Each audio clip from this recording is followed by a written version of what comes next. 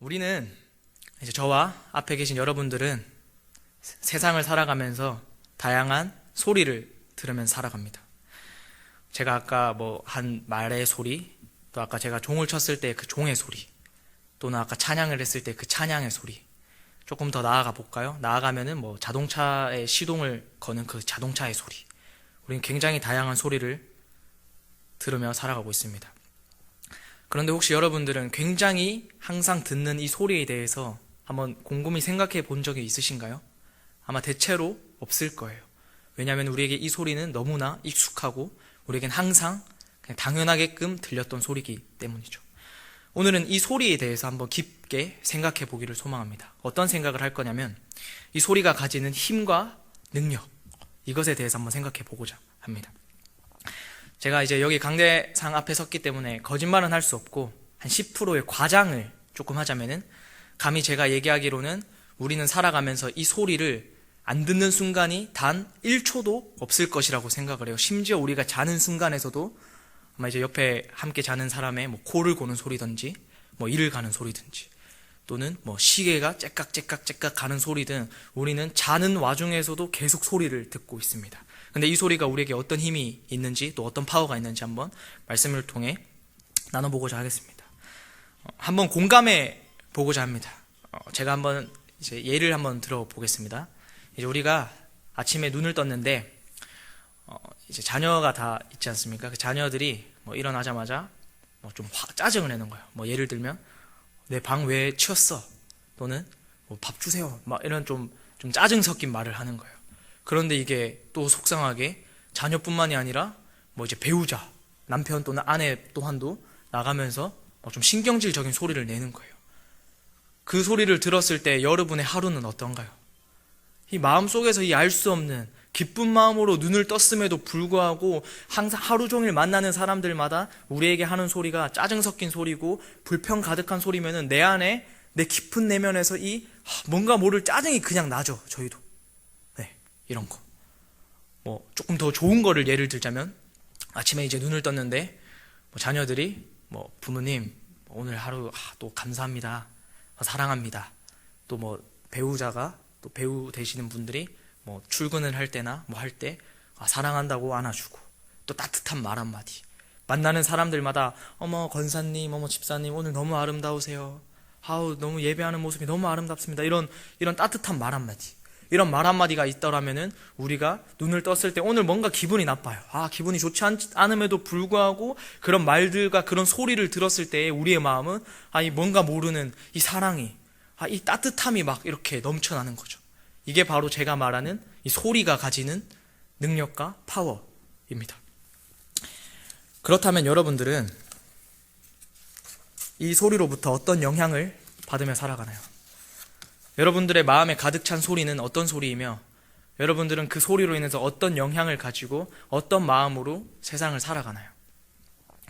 최근에 누구에게나 조금 충격적인 뉴스가 있었습니다.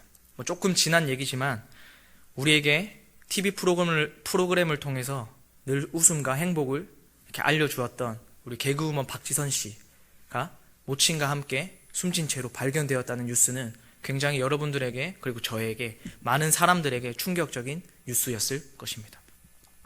그런데 이것이 박지선 씨뿐만의 이야기가 아닙니다. 제가 통계청에 자료를 찾아봤는데요. 10대부터 30대까지의 사람들이 다양한 원인으로 죽고 합니다. 근데 그 죽는 원인의 1순위가 바로 교통사고, 지병, 사고가 아닌 자살입니다.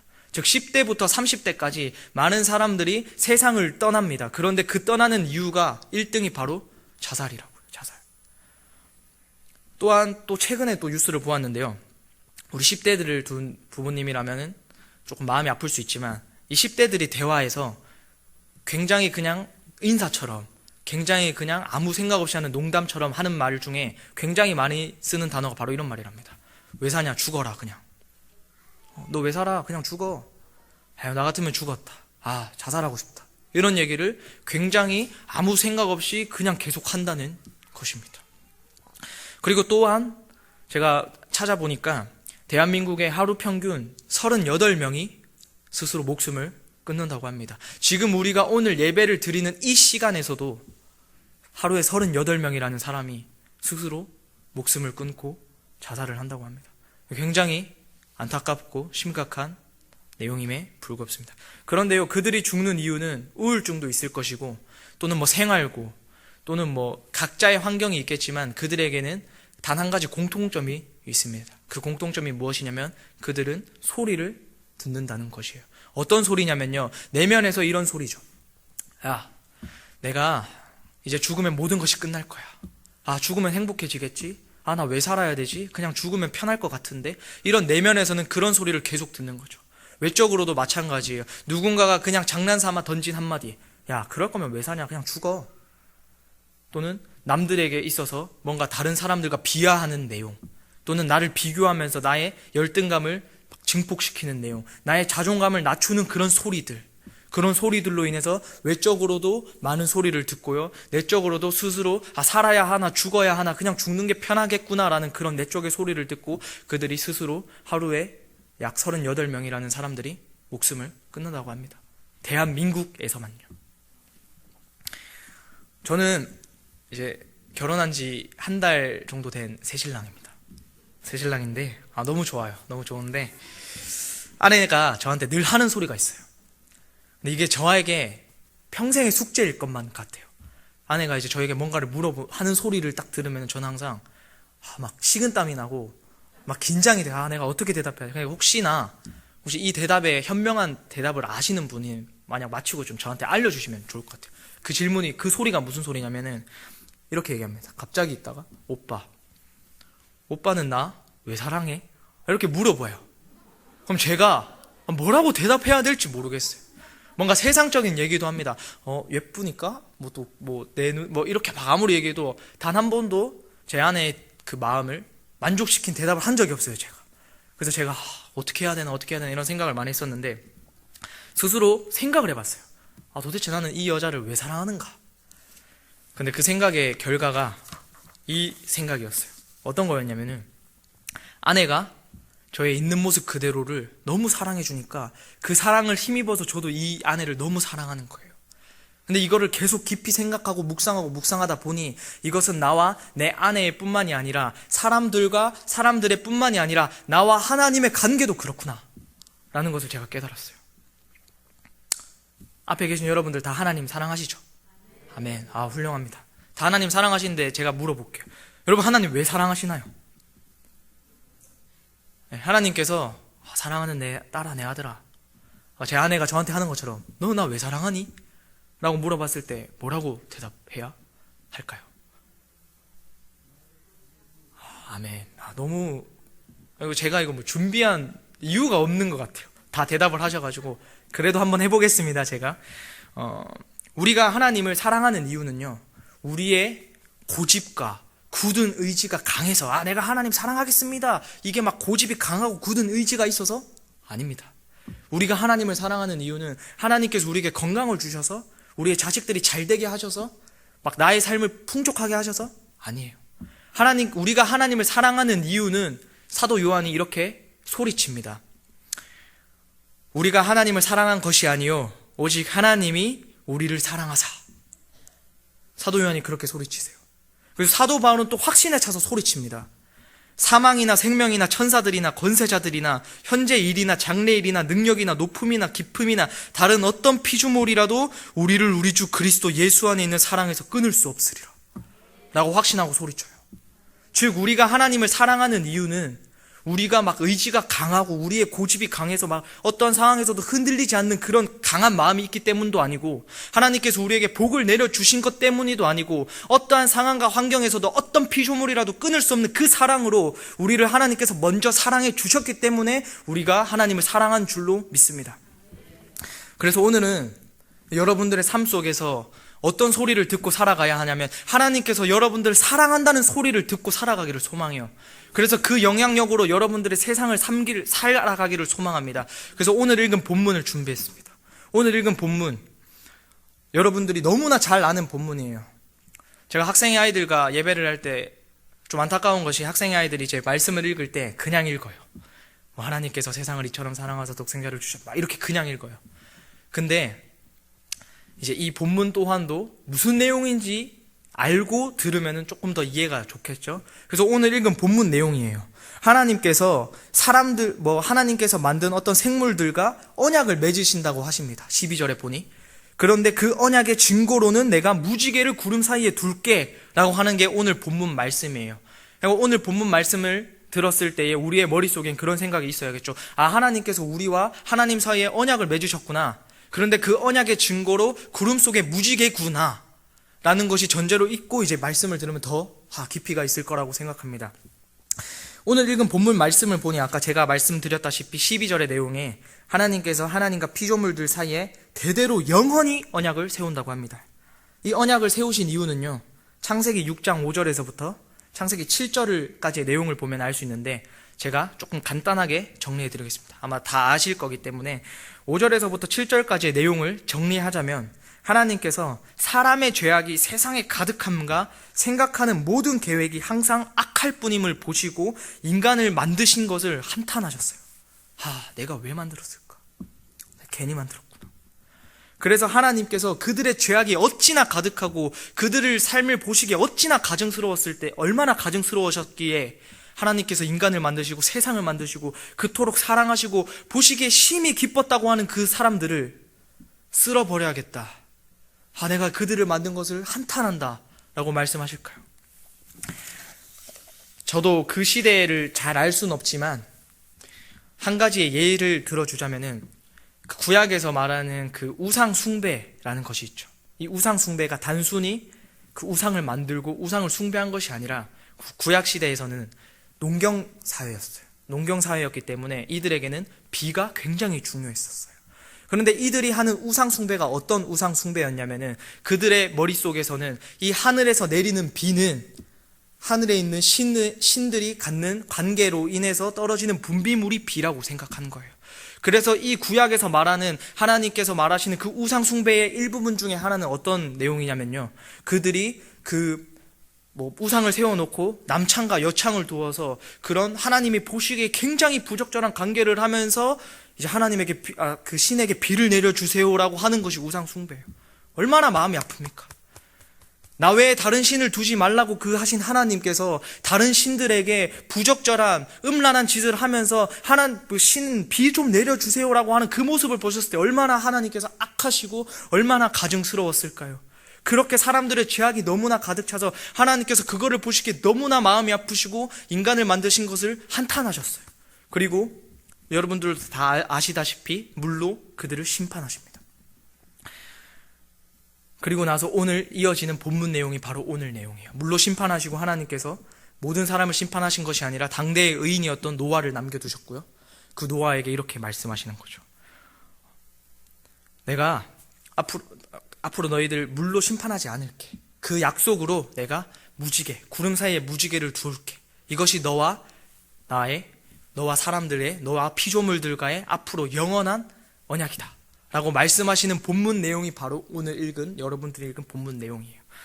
그런데 이곳에서도요, 이 무지개 언약을 해주시는 하나님의 말씀에서도요, 하나님께서 우리를 향한 사랑의 소리를 외치시고 계십니다. 어떤 소리냐면요, 무지개라는 뜻이요, 히브리어로 케셰트라고 읽습니다. 케셰트를 어떻게 쓰냐면,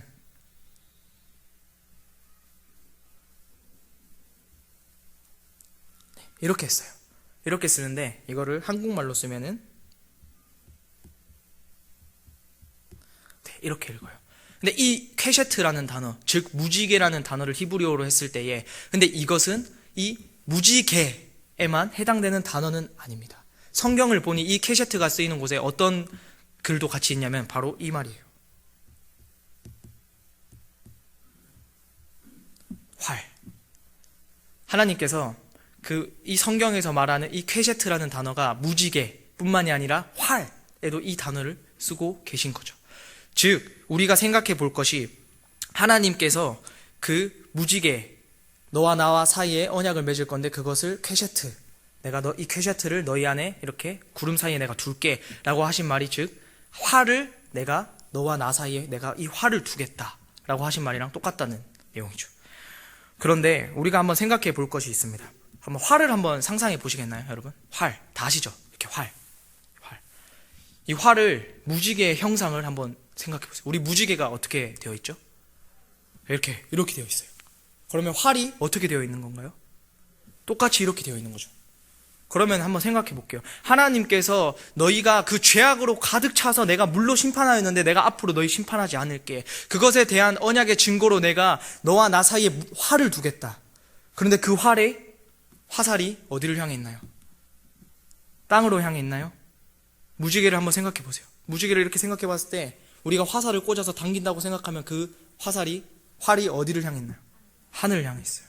즉 하나님께서 너희들이 아무리 또 앞으로 죄악을 짓고 아무리 나에 대적하고 나를 부인하고 우상 숭배를 하고 어떠한 죄악을 지을지언정 내가 너희들을 심판하지 않을 거야. 그리고 만일 심판하더라도 그 화살을 너희한테 거두는 것이 아니라 나를 향해 두겠다. 이것이 그 속에 숨겨진 하나님의 사랑의 소리예요. 그럼에도 불구하고 인간들은요, 그 사랑을 힘입었음에도 불구하고 계속해서 죄악을 짓습니다. 계속해서 하나님을 대적하고요. 계속해서 하나님의 뜻에 따라 살지 않고요. 계속해서 하나님을 부인하고요. 계속해서 하나님이 보실 때에 순종하지 않는 계속 그런 삶을 살아요. 그때마다 하나님께서는 그 화살을 천천히 당기셨죠. 그리고 결국 그들이 죄악이 너무나 가득 차서 도저히 하나님께로 돌아오지 못했을 때에 하나님께서 화살을 쐈습니다. 그리고 누가 내려오셨나요? 신약에 보니 그 심판의 대상으로 하나님께서 인간을 향해서 하신 심판이 아닌 하늘을 향해서 하신 심판의 대상으로 예수 그리스도가 이 땅에 내려오십니다. 그리고 그 예수 그리스도가, 아무 죄 없는 그 예수 그리스도가 그 인간들이 지은 죄악으로 그 하나님의 심판의 대상이 하늘을 향해 있다는 이유로 모욕을 당하고요, 수치를 당하고요, 채찍질을 하고요, 끝내 십자가에 못 박혀 돌아가십니다. 그것이 이 무지개 언약에 담긴 하나님께서 너희들을 사랑하는 것의 소리입니다. 예수님께서 이 땅에 왜 내려오셨을까요? 죽으러 오셨어요. 우리에 대한 사랑을 확증하려고, 우리에 대한 하나님의 심판을 지고 가기 위해서. 현재 우리의 삶이 너무 고되고 너무나 지치고 너무 힘들어서 이런, 제가 앞에 얘기한 이런 소리로는 하나님의 사랑을 느낄 수 없고 하나님의 위로를 느낄 수 없을 수도 있습니다. 그때 간절히 바라게 된, 지금도 여러분들의 옆에서 피를 뚝뚝 흘리고 십자가에 못 박혀서 피를 뚝뚝 흘리고 있는 그 예수 그리스도님께 여쭤보기를 소망합니다. 예수님 왜 거기서 그러고 계세요? 예수님 거기서 왜 피 흘리고 계세요? 그때 예수님께서 말씀하실 겁니다. 너는 이 땅에 사랑받기 위해 왔어. 그렇지만 나는 이 땅에 죽으려 왔단다. 너를 위해서. 죽기까지 사랑한다. 내 아들아, 내 딸아. 이렇게 말씀하실 것입니다. 추수감사 주일 우리가 감사해야 할 것은요, 물론 우리의 풍족한 삶, 우리의 건강일 수도 있지만 그 무한하시고 그 위대하시며 그 인간에 대한 그 심판을 인간으로 향하시지도 않고 그 하늘로 향하셔서 그 하늘의 그 심판에 대한 결과물로 자신의 사랑하던 그 아들 외아들 예수, 독생자 예수 그리스도를 이 땅에 보내주시는 그 위대하고 그 영원하신 그 무한하신 그 하나님이 우리를 사랑해 주신다는 것이 우리의 삶에서 가장 감사해야 할 것임을 믿음으로 고백합니다. 무지개를 통해 심판의 화살을 하늘로 향하게 하시며 그 대상으로 예수 그리스도를 이 땅에 보내신 그 크신 하나님의 사랑, 우리 하나님과 우리의 존재 차이로는 도저히 이해할 수 없는 아무것도 아닌 우리에게 그런 은혜를 베푸시고 그런 사랑을 베푸신 또 하나님의 사랑, 그 사랑으로 우리를 위해 독생자 예수 그리스도를 내어주신 또 하나님의 그 위대한 사랑, 십자가에 매달려 사랑하는 내 아들아 내 딸아 내가 죽기까지 너를 사랑한다 이렇게 말씀하시는 그 예수님의 사랑, 그 사랑들의 소리가 2020년 한 해를 거의 마무리하는 시점에서 여러분들의 마음에 넘쳐서 그 사랑의 소리들로 여러분들의 삶을 살아갈 수 있기를 주님의 이름으로 축복하고 소망합니다. 기도드리겠습니다.